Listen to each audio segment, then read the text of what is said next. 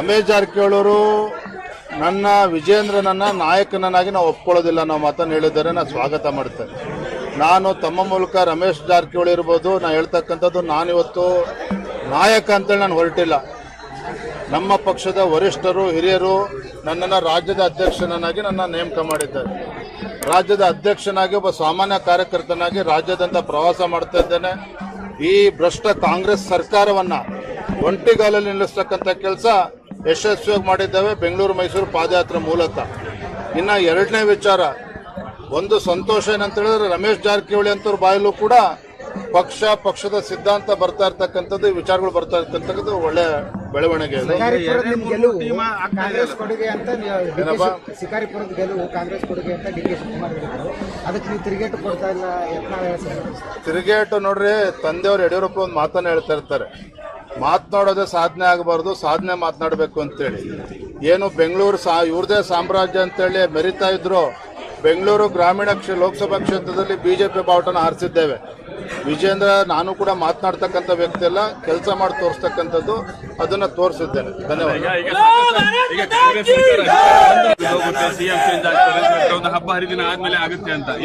ಈಗ ಆಗಿರ್ತಕ್ಕಂಥ ಭ್ರಷ್ಟಾಚಾರ ಮುಳುಗಿರ್ತಕ್ಕಂಥ ಕಾಂಗ್ರೆಸ್ ಸರ್ಕಾರ ಸ್ವತಃ ಮುಖ್ಯಮಂತ್ರಿಗಳ ಮೇಲೆ ಆರೋಪಗಳು ಕೇಳಿ ಬಂದಿರತಕ್ಕಂಥದ್ದು, ಭ್ರಷ್ಟಾಚಾರದ ಆರೋಪ. ಇವತ್ತು ಹೈಕೋರ್ಟ್ ಅಲ್ಲೂ ಕೂಡ ಈಗ ಎಲ್ಲ ತೀರ್ಮಾನ ಅಂತಿಮ ಹಂತಕ್ಕೆ ಬಂದಿರತಕ್ಕಂಥದ್ದು. ನನಗೆ ಸಂಪೂರ್ಣ ವಿಶ್ವಾಸ. ನಮ್ಮ ಹೋರಾಟನೇ ದಿನ ಮಾನ್ಯ ಮುಖ್ಯಮಂತ್ರಿಗಳು ಗುಲ್ಬರ್ಗಾದಲ್ಲಿ ಕ್ಯಾಬಿನೆಟ್ ಮೀಟಿಂಗ್ ಅನ್ನ ಮಾಡಿದ್ದಾರೆ, ಸಚಿವ ಸಂಪುಟದ ಸಭೆಯನ್ನ ಮಾಡಿದ್ದಾರೆ. ಯಾಕೋ ಅಚಾನಕ್ ಆಗಿ ಮುಖ್ಯಮಂತ್ರಿಗಳಿಗೆ ಗುಲ್ಬರ್ಗಾ ಕಲ್ಯಾಣ ಕರ್ನಾಟಕ ನೆನಪಾಗಿದೆ. ಸರ್ಕಾರ ಬಂದು 1.5 ವರ್ಷ ಕಳೆದಿದೆ. ಇಲ್ಲಿಯವರೆಗೂ ಸಹ ಮಾನ್ಯ ಮುಖ್ಯಮಂತ್ರಿಗಳಿಗೆ, ರಾಜ್ಯ ಸರ್ಕಾರಕ್ಕೆ ಗುಲ್ಬರ್ಗಾ ಅಂತಕ್ಕಂಥ ಒಂದು ಜಿಲ್ಲೆ ಇದೆ, ಕಲ್ಯಾಣ ಕರ್ನಾಟಕ ಇದೆ ಅಂತಕ್ಕಂಥ ನೆನಪು ಕೂಡ ಅವ್ರಿಗೆ ಆಗಿಲ್ಲ. ನಿನ್ನೇನು ಘೋಷಣೆಗಳನ್ನ ಮಾಡಿದ್ದಾರೆ. ಇವತ್ತು 5,000 ಕೋಟಿಯನ್ನು ಕೊಡ್ತೇವೆ, ಮತ್ತೆ ಇಲ್ಲಿ ಶಾಲಾ ಕಾಲೇಜುಗಳನ್ನ ಮಾಡ್ತೇವೆ, 1,100 ಕೋಟಿ ರೂಪಾಯಿನ ಪ್ಯಾಕೇಜ್ ಅನ್ನ ಕೊಡ್ತೇವೆ, ಇವೆಲ್ಲವನ್ನು ಕೂಡ ಹೇಳಿದ್ದಾರೆ. ಇದು ಯಾವುದರಲ್ಲೂ ಕೂಡ ಹೊಸದೇನಿಲ್ಲ. 1 ವರ್ಷದ ಕೆಳಗೆ ಬಂದಾಗಲೂ ಕೂಡ ಇದೇ ಮಾತುಗಳನ್ನು ಹೇಳಿದ್ರು. ಆದರೆ ಯಾವುದೇ ಪ್ರಯೋಜನವೂ ಕೂಡ ಆಗಿಲ್ಲ. ಹಿಂದೆ ಯಡಿಯೂರಪ್ಪನವರು ಮುಖ್ಯಮಂತ್ರಿಗಳಿದ್ದಾಗ 1,500 ಕೋಟಿನ ಕೊಟ್ಟಿದ್ರು ಹೈದರಾಬಾದ್ ಕಲ್ಯಾಣ ಕರ್ನಾಟಕ ಅಭಿವೃದ್ಧಿಗೆ. ತದನಂತರದಲ್ಲಿ ಬಸವರಾಜ ಬೊಮ್ಮಾಯಿ ಬಂದ ಮೇಲೆ 3,000 ಕೋಟಿ ಮತ್ತೆ ಬಜೆಟ್ ಅಲ್ಲಿ 5,000 ಕೋಟಿನ ಘೋಷಣೆ ಮಾಡಿದ್ವಿ ಬಿಜೆಪಿ ಸರ್ಕಾರ ಇದ್ದಾಗ. ಅದನ್ನೇ ನಿನ್ನೆ ಪುನರುಚ್ಚಾರ ಮಾಡಿದ್ದಾರೆ ಹೊರತು ಸಿದ್ದರಾಮಯ್ಯನವರು ಯಾವುದೇ ಹೊಸ ವಿಚಾರಗಳನ್ನ ಹೇಳಿಲ್ಲ.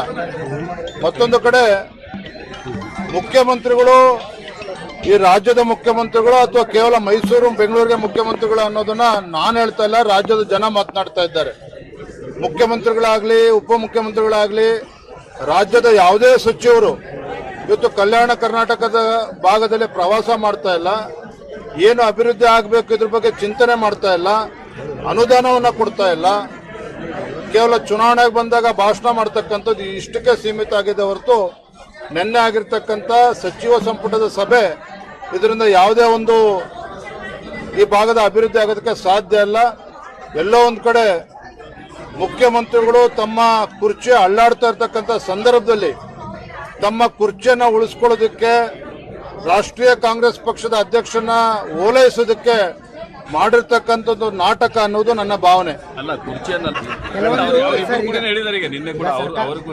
ಡಿ ಕೆ ಶಿವಕುಮಾರ್ ಅವರಿಗೆ, ಆರ್ ವಿ ದೇಶಪಾಂಡೆ ಅವರಿಗೆ, ಯಾರ್ಯಾರು ನಾನು ಮುಖ್ಯಮಂತ್ರಿ ಆಕಾಂಕ್ಷಿ, ನಾನು ಸೀನಿಯರ್ ಇದ್ದೇನೆ, ಜೂನಿಯರ್ ಇದ್ದೇನೆ ಅಂತೇಳಿ ಹೇಳಿಕೆಗಳನ್ನು ಕೊಡ್ತಾ ಇದ್ದಾರೆ. ಅವ್ರಿಗೆ ತಾವು ಈ ಪ್ರಶ್ನೆನ ಕೇಳಬೇಕು. ಯಾರು ಹೇಳಿರ್ತಕ್ಕಂಥದ್ದು ಹೇಳಿರೋದು ಯಾರಿಗೂ ಹೇಳಕ್ ಹೋಗ್ಬೇಡಿ. ಡಿ ಕೆ ಶಿವಕುಮಾರ್ ಅವ್ರ ಬಗ್ಗೆ ಹೇಳಿರೋದು ಎಲ್ಲೂ ಮಾತಾಡಕ್ ಹೋಗ್ಬೇಡಿ.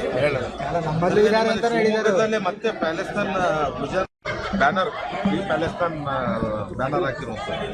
ಪ್ಯಾಲೆಸ್ತೈನ್ ಧ್ವಜವನ್ನು ಹಾರಿಸ್ತಕ್ಕಂಥದ್ದು ಅಷ್ಟೇ ಅಲ್ಲ, ಮೊನ್ನೆ ನಾಗಮಂಗಲದಲ್ಲಿ ಆಗಿರ್ತಕ್ಕಂಥ ಘಟನೆ, ಇವತ್ತು ದೇಶದ್ರೋಹಿಗಳ ಅಟ್ಟಹಾಸ, ಮತ್ತೊಂದು ಕಡೆ ಪಾಂಡವಪುರದಲ್ಲಿ ರಾಷ್ಟ್ರೀಯ ಸ್ವಯಂ ಸೇವಕ ಸಂಘದ ಕಾರ್ಯಾಲಯಕ್ಕೆ ಪೊಲೀಸರು ನುಗ್ಗಿರ್ತಕ್ಕಂಥದ್ದು, ದಾವಣಗೆರೆಯಲ್ಲಿ ನಡೆದಿರ್ತಕ್ಕಂಥ ಘಟನೆ, ಇವತ್ತು ಬೆಂಗಳೂರಿನ ರಾಮೇಶ್ವರಂ ಕೆಫೆಲಾದಂಥ ಬಾಂಬ್ ಬ್ಲಾಸ್ಟ್. ಎಲ್ಲೋ ಒಂದು ಕಡೆ ಕಾಂಗ್ರೆಸ್ ಸರ್ಕಾರ ಬಂದ ಮೇಲೆ ದೇಶದ್ರೋಹಿ ಚಟುವಟಿಕೆಗಳು ಇವತ್ತು ಹೆಚ್ಚು ಶಕ್ತಿ ಸಿಗ್ತಾ ಇದೆ ಅಂತಕ್ಕಂಥ ಭಾವನೆ ಎಲ್ಲರಲ್ಲೂ ಕೂಡ ಇದೆ. ಅಲ್ಲ, ಬೆಂಕಿ ಹಚ್ಚುವಂತ ಕೆಲಸ ಮಾಡೋದು ಬಿಜೆಪಿ ಅಂತ. ಬೆಂಕಿ ಹಚ್ಚಿಸ್ಕೊಳ್ತಾ ಇರೋರು ಹಚ್ತಾ ಇರತಕ್ಕಂಥ ಎರಡೂ ಕೂಡ ಕಾಂಗ್ರೆಸ್ ಪಕ್ಷದವರೇ. ಇವತ್ತು